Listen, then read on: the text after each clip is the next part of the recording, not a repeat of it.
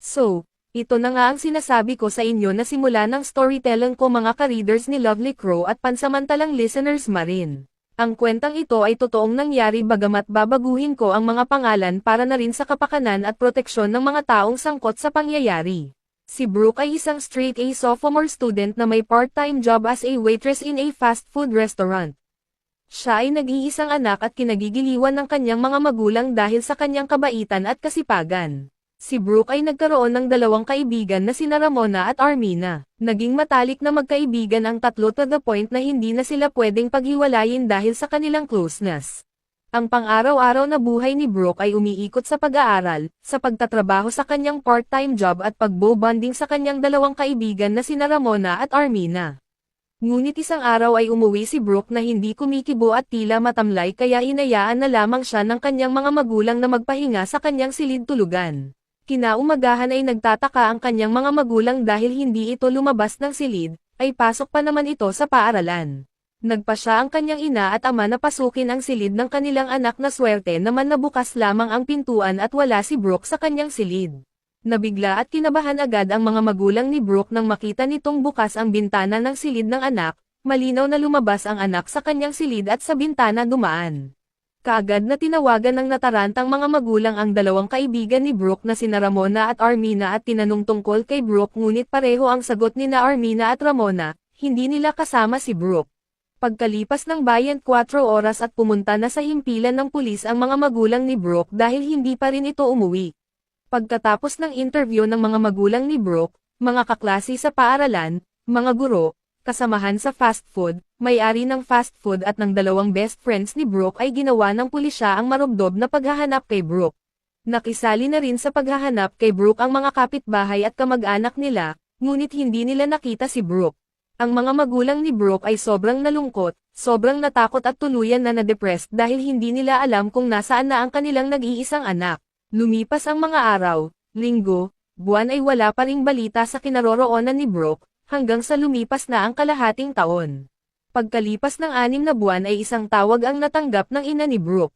Ang boses ng tumawag sa kanya at tila napapagod at umiiyak na nagsasabing, hindi ko na kaya, kailangan na ilabas at sabihin ko ang totoo. Ang tumawag ay walang iba kundi si Armina, ang isa sa dalawang kaibigan ni Brooke. Dinala ni Armina ang mga magulang ni Brooke sa The Shadow, ito ay isang lugar na napalibutan ng mga puno. Kasama ang dalawang pulis na may hawak ng kaso at dalawa pang pulis na ni-request ng pamilya ni Armina na madyay bantay sa kanilang tulirong anak. Kasama din ni Armina mismo ang kanyang mga magulang. Tinuro ni Armina ang spot at nagsabi, sa ilalim ng lupang ito ay nakalibing si Brooke. Agad na nagkaroon ng komosayon sa pagitan ng mga magulang ni Brooke at ni Armina nang naging mainit ang komprontasyon ng ina ni Brooke kay Armina. Dahil dito, nagpa siya ang pulisya na sa presinto na magpaliwanag si Armina. Sa trial ay ipinaliwanag at inamin ni Armina ang totoong nangyari. Isang gabi ay tinawagan nila si Brooke na lumabas ng bahay at pumunta sa kabilang bayan kung saan matatagpuan ang The Shadow. Ang The Shadow ay hindi dinadayo ng mga tao dahil sa tinagurian itong haunted place sa kabilang bayan.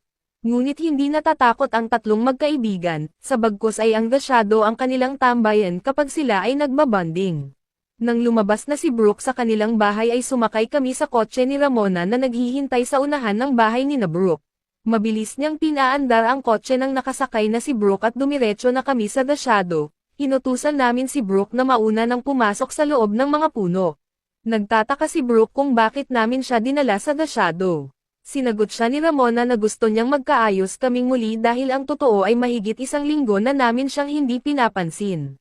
Ngunit nang makapasok na kami sa loob ng The Shadow ay bumilang kami ng 3 at sinaksak namin sa magkabilang tagiliran si Brooke, dahil sa bigla ay hindi man lang ito nakapagsalita ngunit nagawa pa niyang lumingon sa amin. Muli namin siyang inundayan ng saksak hanggang sa napaluhod siya at sumigaw ng, "Bakit?" Nagmamakaawa si Brooke na itigil na ang aming ginagawa ngunit hindi kami tumigil.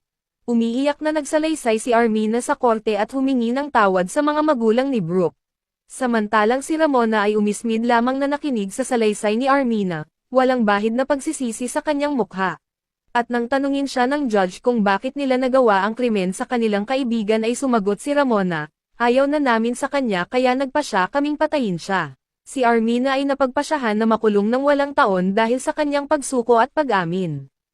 Samantalang si Ramona ay may pasya na life imprisonment, ngunit nagkaroon rin ng parole pagkatapos ng 15 taon.